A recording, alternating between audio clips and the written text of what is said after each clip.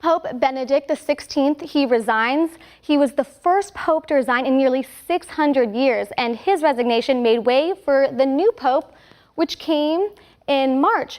Pope Mario Bergoglio. He was the first Latin American pope. Pope Francis, as he is known, he's also known as the People's Pope.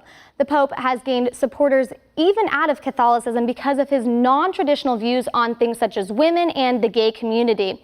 In June, one of the biggest news stories of the year, Edward Snowden, the former NSA contractor, released hundreds of thousands of documents related to government surveillance, and it sparked a worldwide debate on government surveillance. President Obama says the surveillance is necessary to stop things such as terrorism.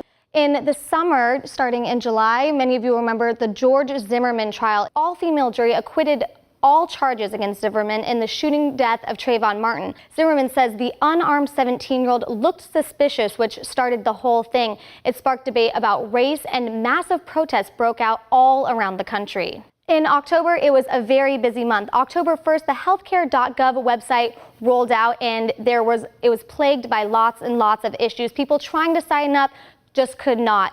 Following that, millions of cancellation letters were sent out to Americans all across the country saying their healthcare plans were completely canceled.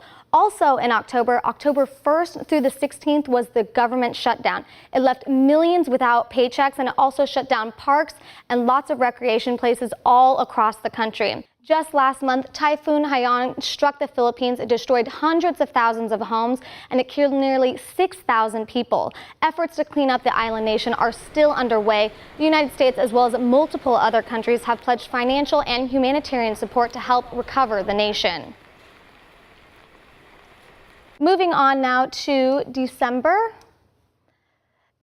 5th, Nelson Mandela passed away. He was 95 years old. He died in his South African home. He was South Africa's first African-American president. He was imprisoned for 27 years during his life for conspiring to overthrow the government. He died with his family and friends around, and many world leaders gathered to celebrate his life. That was just a recap of some of the major events that happened in 2013. We'll have more highlights of last year coming up later on in the show. Patrick, back to you. Thank you, Cindy. And again, that just scratches the surface, so to speak, with regards to 2013. So later in the hour, as you mentioned, we'll touch on some of the more inspirational moments, and we have more to get to. So coming up next on One American News.